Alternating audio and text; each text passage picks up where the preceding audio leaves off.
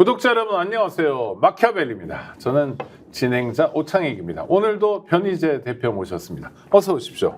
예, 안녕하십니까. 네, 예. 국민의힘 전당대회가 얼마 안 남았는데 하여튼 점입가경입니다. 굉장히 큰 사건도 뻥뻥 터지고 있는 것 같은데요. 일단 나경원 후보가 한동훈 법무부 장관에게 당시 공소 취소를 청탁했다는 폭로가 있어서 폭로라고 해야 되는지 뭔지 모르겠어요. 이건 어떻게 보세요? 이게 이 한동훈 이제 후보가 어떤 목적으로 이거 폭로했는지가 좀 애매해요. 네. 그러니까 이 나경원 등등 나한테 지금 비판하는 사람들 너희들 내가 법무장관 때 다 청탁한 거 다 아니까 까불면 다 터뜨린다 이런 수도 있고요. 네. 근데 이 사안에 대해서는 이 윤석열 검찰총장이 실제로 이 패스트트랙 이 문제 때 다 기소를 했단 말이에요. 네. 책임지고. 네. 그러니까 이제 굉장히 좀 이게 정치적인 문제여서 이 국회의원만 그 당시 자유한국당에 23명이 이제 걸려든 사건이에요. 거기에 그렇죠. 황교안 당대표 걸려 있었죠. 네. 뭐 민경욱, 뭐 나경원 다 걸려 있었는데. 우리가 알고 있는 그 빠루 사건이죠. 그렇죠. 그러니까 이게 이 공수처였나요, 이게?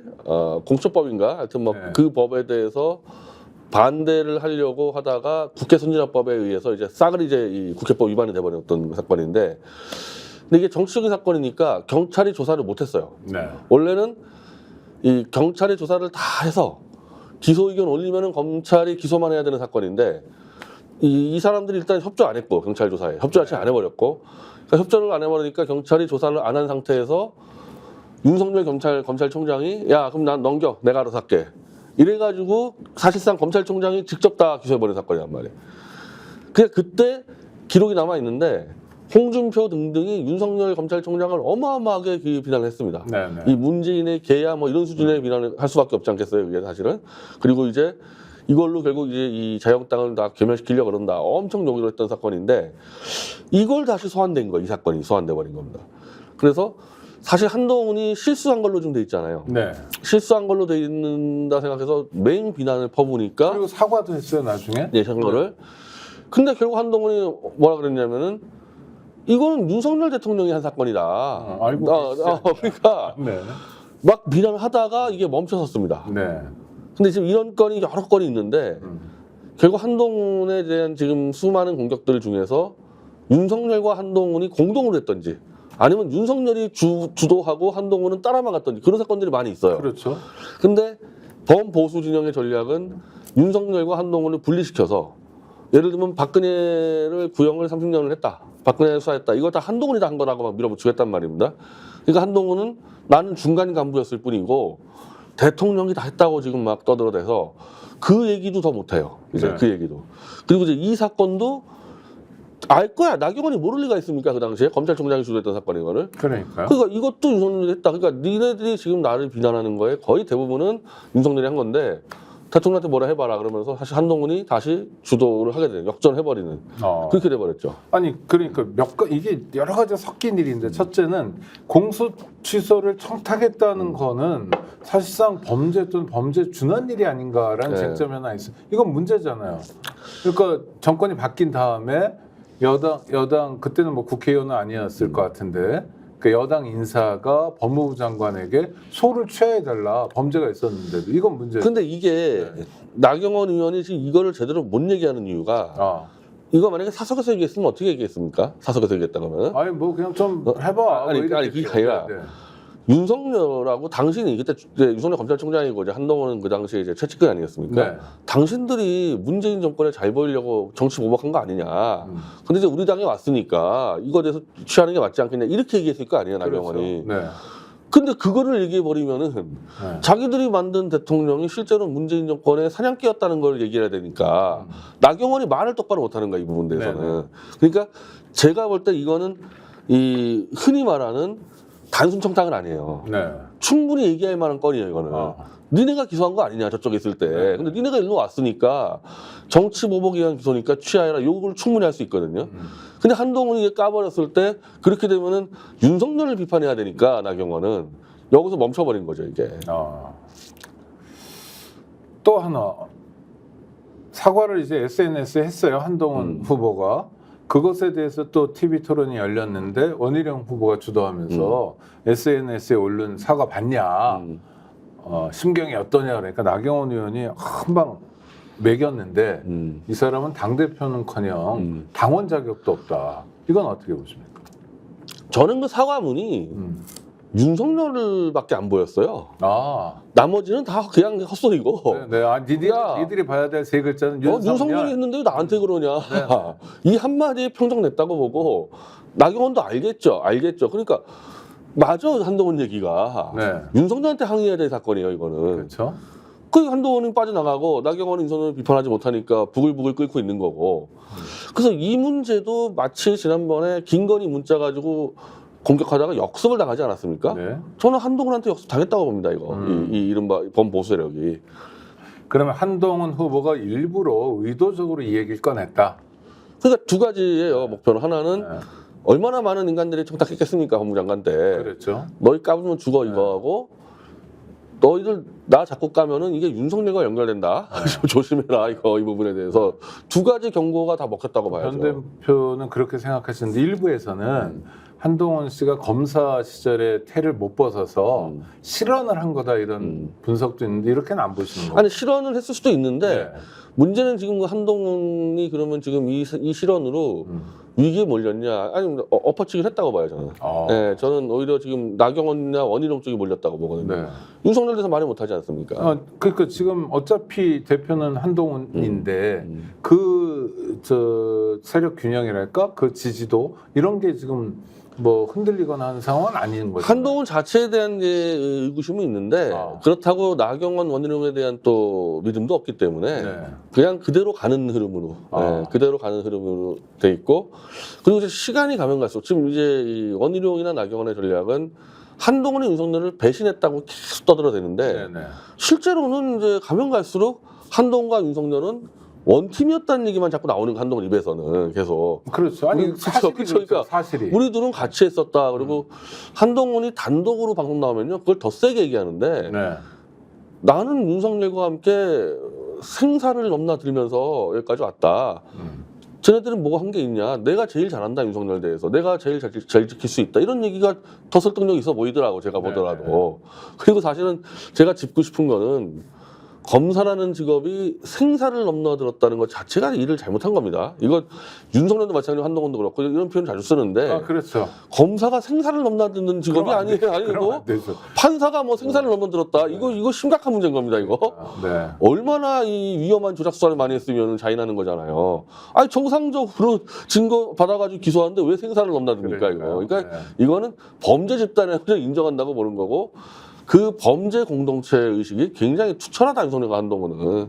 그래서 한동훈의 뭐 윤석열을 배신하니까 우리가 여기서 지킬게요. 그건 먹지도 않는 얘기야. 한동훈 후보가 한동안 윤석열 대통령과 거리를 두는 것 아니냐. 김건희 씨와의 관계도 그렇고.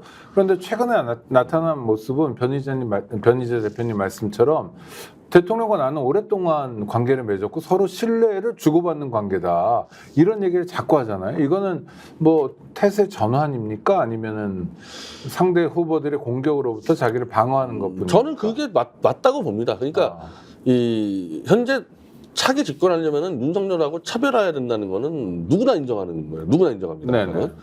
근데 차별화하려고 그러면은 신뢰가 있어야 돼요. 신뢰가 있는 사람이 차별화해야지 받아들이지.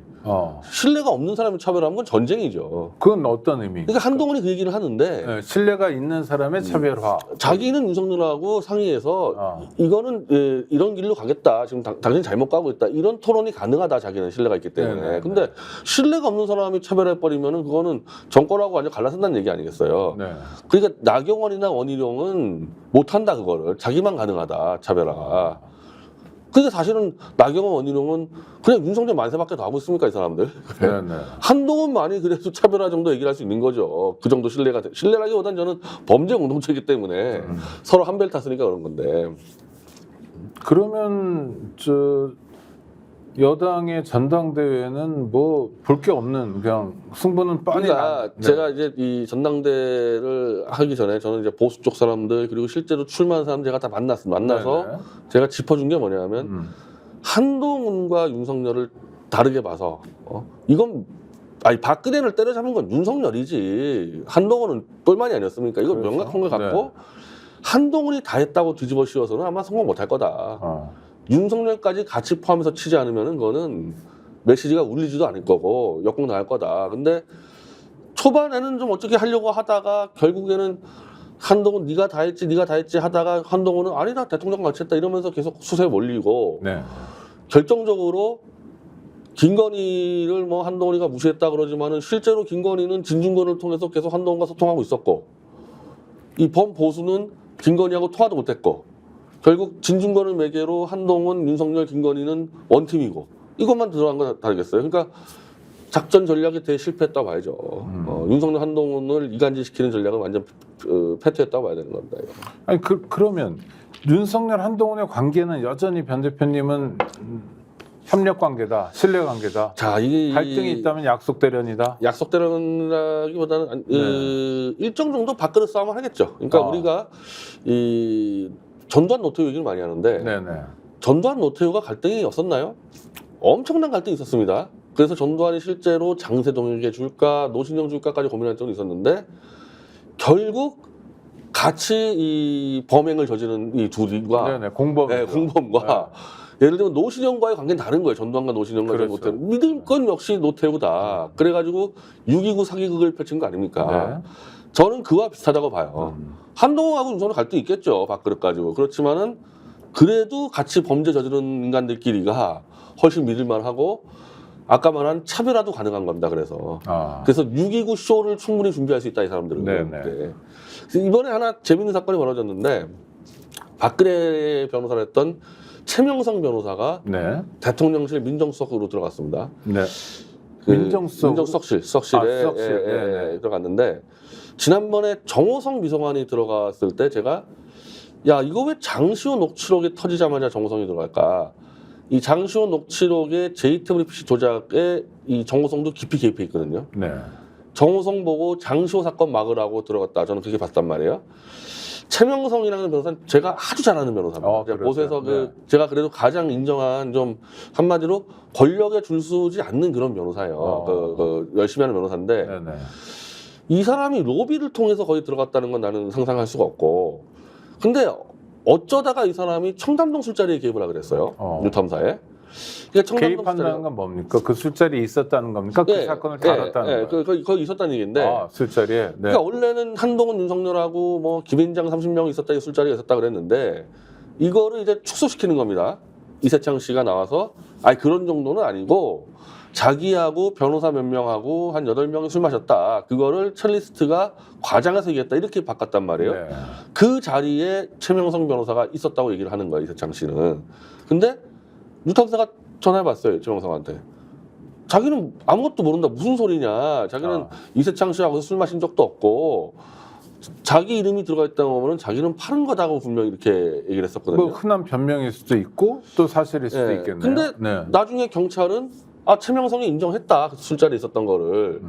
근데 제가 아까 말씀 최명성하고 제가 아주 좀 많이 친한 관계인데 네네. 내가 알고 있는 최명성으로 볼 때는 앞부분이 맞을 겁니다. 그런 거 가지고 거짓말할 사람이 아니다. 진짜 깜짝 놀랐을 거예요. 왜 내 이름 팔았지? 그게 맞을 거예요. 유탐사 얘기할 게. 근데 이제 만약에 최명성이 나 없었는데 왜 내 이름 들어갔으면 난리가 이게 경찰의 그렇죠. 조작서가 되니까 어마어마하게 회유와 압력이 들어왔겠죠. 그래서 최명성이 그냥 인정을 한 게 아닌가. 근데 이 청담동 사건이 지난주에 술집에서 이 유탐사를 소송한 게 패소해버렸다. 승소해서 이겼죠. 네. 그래서 그 술자리가 없었다는 것을 입증을 못했다. 술집에서. 그러다가 한 줄 더 써놨는데 법무장관이라는 사람도 지금 아무런 해명 못하고 있다. 최대 위기가 터진 거예요. 이 청담동 술자리가 지금. 네. 그리고 이 술자리는 어쨌든 한동훈만이 아니라 윤석열도 개입된 술자리란 말이에요. 그러니까 한동훈이 어떻게 했겠습니까? 이거 지금 막아야 된다. 최명성을 넣어서 저는 이 청담동 술자리를 은폐하기 위해서 최명성을 긴급 투입했다고 봅니다. 근데 변 대표님 말씀을 들어보면 완전히 전형적인 음모론이에요. 그런데 설득력이 있어요. 그러니까 뭐냐면 이게 정말 그 술자리 가지고 술자리에 거명된 인사를 가지고 회유하고 무마하기 위해서 대통령실에 취직을 시킨다. 일자리 만들고 좀 뭐 형편을 봐주고 또 이렇게 사실은 자기 식구로 데리고 있을 때가 컨트롤하기가 안전하죠. 제일 좋죠. 안전하고. 그 최상병 쪽에 있는 야. 그 의혹받은 사람들 지금 다 승진시키고 다 데리고 있잖아요. 예, 똑같은 건데 일단 그렇죠. 국방비서관도 육군대학 총장으로 갔는데 그게 놀라운 게요. 별 3개로 갔잖아요, 승진을. 근데 그 자리가 원래 2개 자리인데 3개를 만들어서 보내줬어요.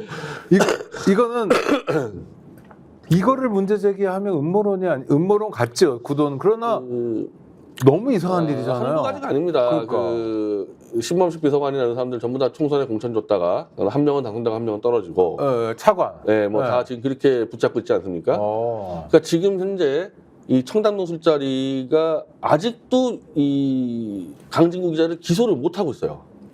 검경이 ING다. 기소를 못 하고 있다니까. 아니, 그러니까 수사 중인 거죠. 가짜 뉴스라고 그렇게 박아놨는데 그 일찌감치 강진구는 지금 처벌을 받았어야 아마 국민들 그렇게 알고 있을 겁니다. 근데 그렇죠. 기소도 맞아요. 못 하고 있어. 기소도. 근데 지금 기소를 일단 우선 기소를 해야 되는데 건이 됐으면 벌써 구속이 그러니까 됐을 것 같은데요. 이게 구속영장 한번 쳤는데 안 됐지 않습니까? 그러면 구속까지 영장 친 사건이 아직 기소도 못 하고 있다는 얘기는 완전히 이건 지금 코너를 몰린 겁니다. 그래서 이걸 빨리 검경을 두들겨 패서 기소를 시켜야 되는데 그 적합한 인물이 최명성이겠죠. 자기 이름까지 들어있겠다. 그래서 자리 하나 주면서 너 이거 빨리 기소해라. 난 이랬을 거라고 보고 안타깝게도 저는 최명성 변호사를 보수에서 가장 그래도 스마트하고 영리한 제 후배예요. 그랬는데 야 이거 잘못 걸렸구나 이 친구. 제가 다음 주에 한번 제가 연락을 해보려고 그러는데 이거 빠져나와라 당장. 그래서 이 부분이 지금 이 윤석열과 한동훈이 원팀이라는 게 또 드러난 거죠. 대통령실 인사 권한은 윤석열이 갖고 있지 않습니까? 지금 재판에서 판판이 깨져가지고 지금 코너머니가 한동훈이거든요. 이 둘이 상의하지 않고 어떻게 최명성이 들어갑니까? 여기?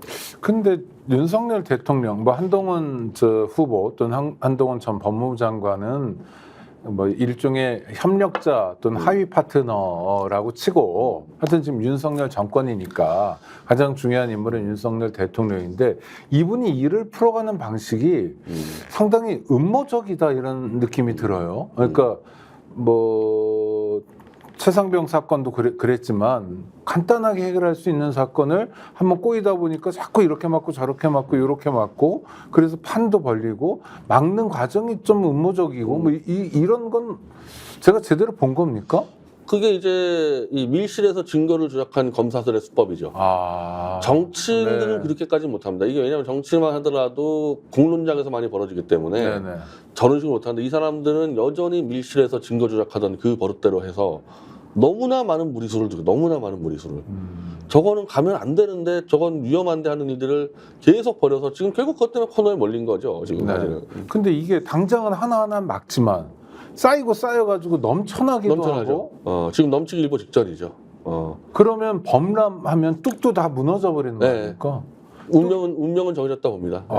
아니 뚝이 무너진다는 게 윤석열 부분만 무너지고 한동훈 후보만 무너지는 게 아니라 국힘이나 또 우리 사회를 어떤 면에서 또 대변에 그 완전히 이 사람들 없어져도 되는 사람들은 아닐 거 아니에요. 또 대변하고 있는 것도 있고 이것도 무너지는 거 아닙니까? 아니 그래서 지금 이번에 이 당대표 선거 때 그 위험한 일들을 벌이는 거를 전부 다 한동훈한테 뒤집어 씌워서 한동훈을 정리하려고 그랬단 말이에요. 보수가. 그러니까 아는 거야 이 보수도 이렇게가 위험하다는 거를. 근데 어쨌든 윤석열은 대통령이니까 어떻게 지켜보고 한동훈만 정리하려고 그랬는데 둘이 한 몸인데 어떻게 정리가 되겠어요. 그래서 저는 한동훈이 결국 당선되면요.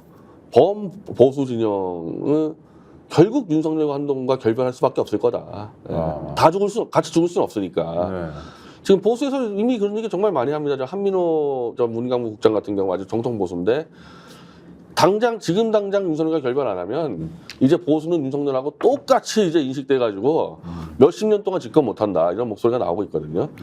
그래서 이거를 어떻게 보면은 편법으로 한동훈만 제거하려고 했는데 그 방법은 실패했고 한동훈이 당권을 잡게 되면은 결국 이제 범보수는 갈라서야 될 겁니다. 그 방금 몇십 년이라는 표현을 하셨는데 그게 설득력이 있는 게 윤석열 대통령이 여태까지 뭐 이를테면 6월 항쟁 이후에 87년 체제에 나온 대통령 중에서 가장 독특한 사람이다. 이건 맞죠? 독특하다고 보니까 그냥 검사들 수법을 쓴 거. 예, 예, 아니 그러니까 대통령으로서의 존재감이 예. 예를 들어 문제가 막 드러난다고 하면 노태우 대통령도 87년 이후 대통령이고 나중에 뭐 구테타 때문에 감옥도 가고 그랬는데 역사상 최악의 대통령이라고 거듭 이야기하는 게 현직이었어도 그렇겠지만 실제로 비교해도 윤석열 대통령이 도드라져 보이잖아요. 노태우랑 비교해도 좀 상당히 좀 훨씬 더 격이 떨어지죠. 그렇죠. 노태우하고 비교하더라도. 예. 이명박하고 비교해도 그 격 떨어지는 이명박하고 비교해도 일하는 수준이 많이 떨어지죠. 그렇죠. 그러면은 정말 몇십 년 갈 수도 있는 거 아니에요. 아주 인상적인 대통령이고 아주 문제가 많았고 범람해서 정권이 붕괴됐기 때문에. 와, 큰일이네요. 그래서 이거는 이제 보수 진영이 경각심을 갖고 있습니다. 네. 그래서 이대로는 못 갈 거다. 그래서 한동훈 당대표가 됐을 때 저는 결국 윤석열 한동훈은 또 손을 잡고 갈 거기 때문에 네. 보수에서 같이 갈 수 있는 명분도 없어요. 그러면은 선택은 뭡니까? 그냥 장외로 나가는 아스팔트로 다시 나가는 겁니까? 아니면 새로운 정당입니까? 그 형식이라는 것보다도 네. 그럼 보수는 무슨 아이템으로 칠 거냐 윤석열을. 네. 최상병 같은 경우는 이미 이슈를 완전히 진보 촛불이 가져갔기 때문에 그거를 동의해 줄 수는 없을 겁니다. 아마 지금까지 계속. 원래 사실 그런 문제를 보수에서 하면은 짜임이 있는 거 아닙니까? 군대 문제고 뭐 이러니까. 근데 아니 보수는 그 관점이 달라요. 보수는 그렇습니까? 대통령 뭐 국군 통수권자가 뭐 국가집권 못 해주냐 이런 마인드를 갖고 그러니까 이제 네네. 원래 좀 보수가 이렇게 절차나 이런 부분들에 대해서 원래 좀 인식이 미흡하기 때문에 네. 그렇게 애초에 처음부터 그런 사고를 했었어요.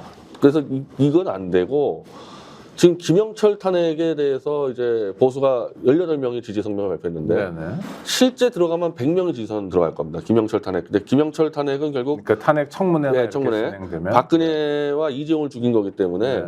보수가 당한 거거든요. 이 사건을 지고 아마 강력한 어필을 하겠죠. 네. 자기들이 명분 있는 사건들이니까 이거는. 알겠습니다. 그리고 이제 청담동 사건 같은 경우도 윤석열이 개입해 있지만은 한동훈이 주도한 사건이란 말이 사건은. 청담동 사건 같은 경우. 네. 청담동 술자리도 보수가 아마 지금 굉장히 눈여겨보고 있습니다. 야, 이게 뭐 일종의 지뢰밭 같은 생각도 들고 뭐 그러는데요. 윤석열을 사실은 이제 무너질 수 있는 여러 가지 아이템 중에서 보수가 선택한 아이템은 김영철하고 청담동이다. 제가 가면 되는데. 또 지난주에 뉴스 중에 하나가 뭐 우리 대본에 미리 준비하진 않았지만 한국 K원전을 체코에서 우선 협상 대상자로 정했다. 그래서 야, 뭐 24조 원이다 이런 소식이 들렸는데 동시에 들리는 게 우리가 체결하게 될 계약이 프랑스가 제시한 금액의 절반이다. 그럼 이게 정말 대놓고 자랑할 일이냐? 이게 뭐 아주 좀 의아한데. 사실 윤석열 정권 들어와서 뭐 국제에서 뭘 수주했니 저 아이 기사 보지도 않는데 하도 사기를 쳐가지고 그것도 MOU인지 뭔지 또 다 들어봐야 돼요. 그래서 저 기사 보지도 않습니다. 그게 진짜 계약서 찍은 건지 MOU였는지 뭔지 MOU는 그건 수십 장 쓰는 거기 때문에 지금까지 윤석열이 발표가 전부 다 MOU였습니다. 그러니까 막 대단하다 그러고 뭐 신문 일면에 막 도배가 돼요. 체코 원전. 그다음에 뭐 그날 보면 뭐 KBS 9시 뉴스에 머리로 다루 중간에 또 잠깐 멈춰가지고 뭐 속보 들어가고 되게 요란하게 하는데 결국은 사라지죠 이제. 그러니까 사라지죠. 지금 저 석유 어떻게 됐습니까? 석유 이거 지금 석유 이거 준비하고 이거 도망갔다면서요. 아브레이 박사인 가지고 사라졌다면서요. 없어졌다니까요 갑자기 이거. 그게 뭡니까? 그래서 떴다방이에요, 뭐예요? 그러니까 저런 스타일이 약간 이명박 비슷한 스타일인데 그 이명박보다 10배는 더한 스타일이에요 지금. 굉장히 저열하고 그냥 당장 시선만 잡으면 된다 이거예요? 그리고 지금 저쪽에 지금 뭐 체코고 폴란드고 무슨 뭐 우크라이나고 이거 이제 다 사기극 다 드러날 텐데요 조만간에 저거 지금 이제 이 트럼프 당선되면요 저거 다 무효거든요 저거 지금. 네. 그러니까 그동안 떠든 거. 우크라이나부터 동북권 가서 떠드는 거 이건 다 사기극 돼가지고 그게 지금 주가 조작과 연결돼 있지 않습니까 저거. 저거 아마 국책 사업 중 가장 큰 사기극으로 아마 저거 터질 겁니다. 그러니까 뭐 이것도 이제 수사를 해봐야 진실을 알게 될 텐데 주가 조작을 위해서 딴 주문을 차고 돈을 벌기 위한 사익 추구를 위한 건지 뭐 대통령이 아니라 어떤 사람들이 그럴 수도 있고 또 하나는 국면 전환을 위해서 우리가 이렇게 국가 발전을 위해서 노력하니까 이게 뭐 작은 실수는 좀 넘어가자 이런 건지 어떤 건지 좀 분간이 안 저는 되고. 최소한 그 동구권하고 우크라이나 거는 네. 그건 돈이 목적일 거라고 보고 그 돈이 목적이면은 그거는 윤석열보다는 김건희 쪽이 했겠죠. 네. 실제로 그리고 주가가 엄청 뛰었고 네. 처음부터 그거는 불가능한 일 가지고 왜냐면은 이게 단순한 얘기인데 우크라이나를 쳐들어간 게 러시아지 않습니까? 그랬죠. 그럼 러시아가 밀고 간 그 지역이 재건이 필요하지. 네. 우크라이나 남은 지역은 재건이 필요 없어요. 그렇죠.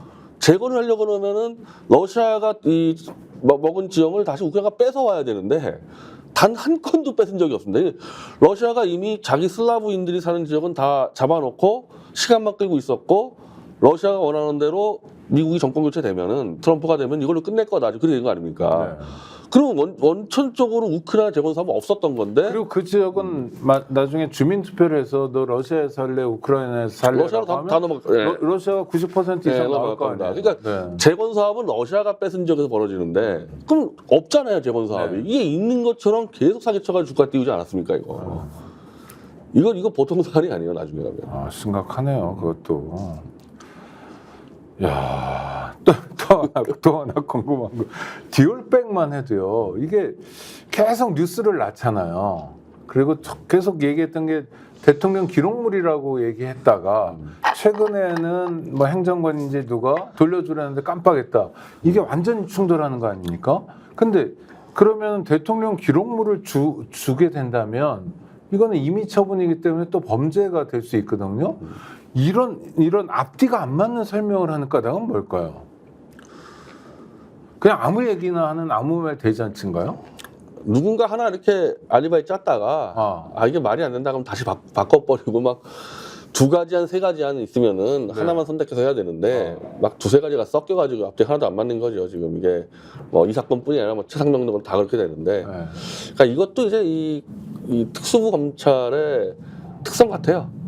그러니까 밀실에서 늘 증거 조작과 하다 보니까 생각보다 논리력이 떨어집니다. 그러니까 우리 같은 경우는 검찰과 재판부 상대로 싸우다 보니까 논리가 하나 벗어나면 죽는다는 생각을 한단 말이에요. 네네. 근데 검사들은 잘못됐어? 까짓거 증거 하나 조작하지 이래가지고 논리가 엉망진창이에요. 네.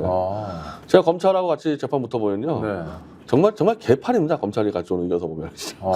그거랑 똑같아요. 지금 하고 있는 게. 하긴 이재명 대표가 위증교사 사건으로 재판받는데 거기 마찬가지. 30분 동안 누구랑 통화를 했다는 거예요. 네. 30분 동안 통화하면서 12번에 걸쳐서 사실대로 말해달라고 그랬는데 이게 위증교사라는 거예요. 그래서 세상에 어떤 위증교사가 사실대로 말해주는 위증교사가 있지?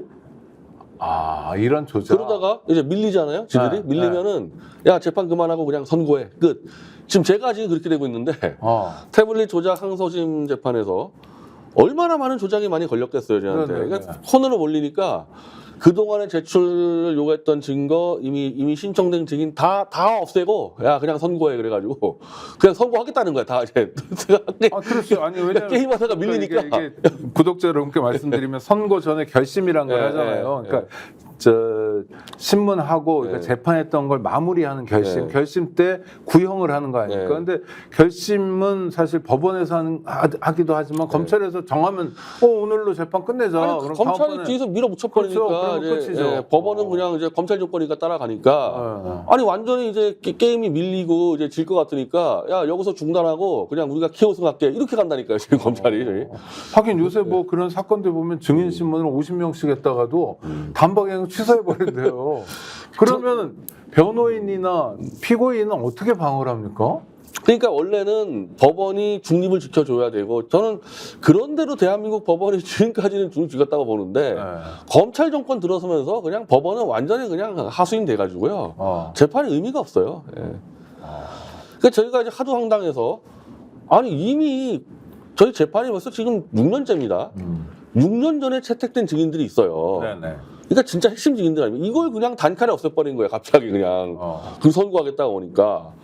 그래서 저희가 당연히 재판부를 기피 신청을 냈는데 기피 신청을 내면은 그 재판부가 심의하면 안 되잖아요. 그렇죠. 우리가 너희를 못 믿겠다 그랬는데 너희를 못 믿겠다는 안을 자기들이 심의하면 어떻게 하냐면 그래서 옆에 재판부가 해야 되는데 아주 특이한 경우. 그러니까 뭐 정말 흉악범들이 시간을 끌려고 의도적으로 기피 신청을 내는 경우는 당해 재판부가 기각을 시킬 수가 있습니다. 근데 우리 같은 사람들은 어쨌든 다 논객들이고 언론인 아니에요. 우리가 낸 기피 신청서를 당해 재판부가 그냥 한 칸에 날려가지고 다음 주에 그냥 선고 때리겠다고 벼르고 있는데 이게 네. 이런 짓을 하는 거야. 이런 짓을 이게 지금 하는 게. 지금 원심 진행 중인가요? 그렇죠. 2심인데 2심에서. 이심. 예. 그러니까 도저히 재판에서 하다간 질 것 같으니까 이런 짓 해가지고 지금 밀어붙이는 거죠. 이것도 이게 되겠습니까? 이렇게 해가지고 진짜 그래서 우리 뭐 바보입니까? 가만히 있지도 않을 거고. 그러니까 변 대표님 사건 좀 더 짚어봐야 되는데 중요한 건 법원이 기본적인 신뢰를 받지 못하고 있다. 안 된다는 거죠. 네, 뭐 안 선고는 아직 안 나왔지만 네. 항소심. 근데 과정 자체에서는 법원이 형사사법을 주도하거나 형사사법을 집행하거나 뭐 이런 모습에서는 크게 부족하다. 검찰이 하자는 대로 다 끌려가. 제가 경험할 땐 다 무조건 검찰에 그러면 가는. 형사사법이 아니라 검찰사법이죠. 그렇죠. 예. 그래서 재판이 무의미하다는 생각을 많이 들고 있죠. 아, 그게 아마 이재명 대표나 뭐 송영길 대표 네. 다 비슷할 거예요. 아마 재판 들어가 보면은. 야, 근데 그런 식으로 사람을 하나를 골탕 먹이거나 또는 위험에 빠지거나 또는 뭐 구석으로 몰아버리면 정말 모든 문제를 다 그렇게 해결해 버릴 수도 있는 거잖아요. 그러니까 지금까지 그렇게 해왔겠죠. 그렇게 해왔고 아무런 탈이 없었을 겁니다. 지금까지는. 네네. 다 짓밟아 버리고. 근데 이제 이게 한계 온 거죠. 그게. 아. 그 탄압받는 대상이 현직 야당 대표, 전직 야당 대표들이니까 네. 방법을 찾잖아요. 어떤 식으로든. 그래서 국회 청문회도 하는 거 아니겠어요. 이제. 네. 또 저 같은 사람 있는 거고. 그러니까 그런 한계에 이제 와서 더 이상 그 수법이 안 통하는데 옛날 방식으로 지금 마지막을 밀어붙이고 있는 겁니다. 자, 그렇게 늘 살았던 사람이 특수부 네. 검사고 그중에 대표 주자가 윤석열 대통령이라 하더라도 네. 대통령이 되면 대통령실 참모들의 참모를 받잖아요. 조언도 받고. 그런데 디올백 문제에 대해서 A라고 얘기했다, B라고 얘기했다, 앞뒤가 충돌하고 이랬다 저랬다. 그러니까 이거는- 이제 이 보수에서 제가 윤석열은 절대 안 된다고 얘기했던 게 네. 아니 검사 때부터 조작 날조를 한 검사가 대통령 되면은 더 큰 조작하지 않겠냐가 제 논리였고 네네. 조갑제는 이런 보수 언론은 대통령 자리는 수많은 참모가 들어가니까 조정이 될 거다 이렇게 얘기했단 아니 말이에요. 그 조갑재 씨가 그렇게 네. 얘기했다면 그건 상식적인 얘기 아닙니까? 저는 아니, 이게 아니, 원래. 상식으로 보진 않는데 그러니까. 왜냐면은 네네네. 똑바로 된 사람이 잘못되는 경우는 그 나이에 들어서 있지만은 잘못된 인간이 그 나이 들어서 올바르게 가는 경우는 제가 본 적이 없어요. 아, 개과천선은 그러니까 없다. 그 나이에 그 나쁜 짓을 평생 해온 사람이 아. 더군다나 검찰총장보다 100배, 1000배 더 큰 권력 대통령 자리에 가서 갑자기 좋아진다? 더 나빠지면 더 나빠지지. 이게 말이 되냐 해서 지금 조갑재 대표가 이제 자기 실수 인정했죠. 제가 잘못 선택했다고. 그러니까 참모 기능도 안 사실상 된, 전혀 안 마비돼 되죠. 있는 전혀 거. 안 되죠. 참모라는 거 아까 정호성 씨나 이런 그 최 변호사나 이런 경우처럼 뭐 무마하거나 회유하는 수단 오히려 참모를 범죄 조직으로 더 끌어들이고 있는 그리고 거고. 대통령실 비서진들이 지금 필드에 나와가지고 차관되거나 이런 게 굉장히 많더라고요. 네. 그래서 14명, 15명 네. 이렇게 되고 그런 것도 윤석열 대통령의 소위 통치 스타일인 네. 거죠. 그러니까 참모 조직을 범죄 조직으로 쓰고 있는 거예요. 지금. 그러면은 개전의 정은 없네요. 없죠. 네, 없죠. 이건 그러니까 이제 조갑재 대표도 인정을 한다니까요. 네. 이거 끌어들이는 수밖에 없다고 나 인정하고 있어요. 제가. 네. 불가능하다. 제가. 그 남들이 끌어내기 전에 디올백 그 뭐 액수로 하면 얼마도 안 될 텐데 나라가 휘청거릴 만큼의 금액은 아니잖아요 사실. 근데 이거 가지고 휘청거리게 한 건 대통령실 대통령 부인이 자초한 측면이 너무 많잖아요. 네. 그러니까 그런 것 예를 들면 하나하나 따지기 시작하면요. 아니 디올백 받은 거 실수했다고 사과하고 줬으면 그렇죠. 끝나는 거죠. 네. 최상병 건 내가 보고 잘못 받았다. 내가 실수했다면 끝나는 거죠. 네. 그런 건이 한두 개가 아니에요. 정리할 수 있는 건들이. 아. 이걸 계속 감추고 은폐하고 하다가 그냥 폭탄을 막 켜놓은 거죠. 이게. 지금도 어디선가 폭탄을 만들고 지금 만들고 있거든요. 있겠죠. 정말 아니 청담동 술자리도 윤석열이 술 좋아하는 거 다 알잖아요. 그렇죠. 술 좀 마셨다 먹어 이렇게 갔으면 되는 거 아닙니까? 이게 내가 뭐 근무에 지장받은 것도 아니고 없었다고 거짓말하다가 여기까지 온 거 아닙니까 이거? 심각하네요. 그 변 대표님 말씀은 하루라도 빨리 윤석열 정권은 마무리해야죠. 이거 더 많은 거짓말 점점 커지고 아까 말한 대로 이제는 이제 큰일 난 게 이 사기가 아까 말한 대로 우크라이나 전쟁까지 연결되면요. 네. 트럼프와 푸틴 체제로 바뀝니다. 이제 국제사회가. 이거 잘못하면 대한민국 끝장나는 수가 있어요. 이거 그리고 지금. 둘은 사실 굉장히 가까운 사이로 거의 알려져 있고 네. 형제처럼. 트럼프 네. 외교가 미국 전통 외교하고 가장 크게 다른 게 친러 외교를 하고 있는데 더군다나 이 하도 윤석열이 깔짝깔짝 돼가지고 원래 러시아는 유럽 쪽을 가 있어야 되는데 북한을 들어와 버렸습니다 지금. 그러니까요. 그러니까 지금 김정은의 뒷배가 시진핑에서 이 푸틴으로 바뀌어 버렸는데 네. 이러면은 트럼프의 방식은 푸틴한테 상당 부분 넘길 거예요 이쪽 외교 정책을. 네. 그거 어떻게 할 겁니까 한국에 이거 우크라이나 가서 사기쳤지. 한미일 동맹만 믿고 있다가 러시아에다가 시비 걸어놨지. 이거 이거는 우리 같은 나라에서는 우리 스스로 윤석열이를 끌어내려서 푸틴한테 설명해주지 않으면 어떤 보복 들어올지 몰라요 지금. 그리고 보복도 집요하게 할 거 아니에요. 중국이나 러시아는 아니, 전체주의 국가들이라는 거는 보복을 하면서 이 정권을 유지하는 나라들인데 네. 가오가 죽으면 죽는단 말이에요. 그런 그렇죠. 나라들은 뭐 네. 가만두겠습니까 그거 진짜. 아이고 말만 들어도 끔찍하네요.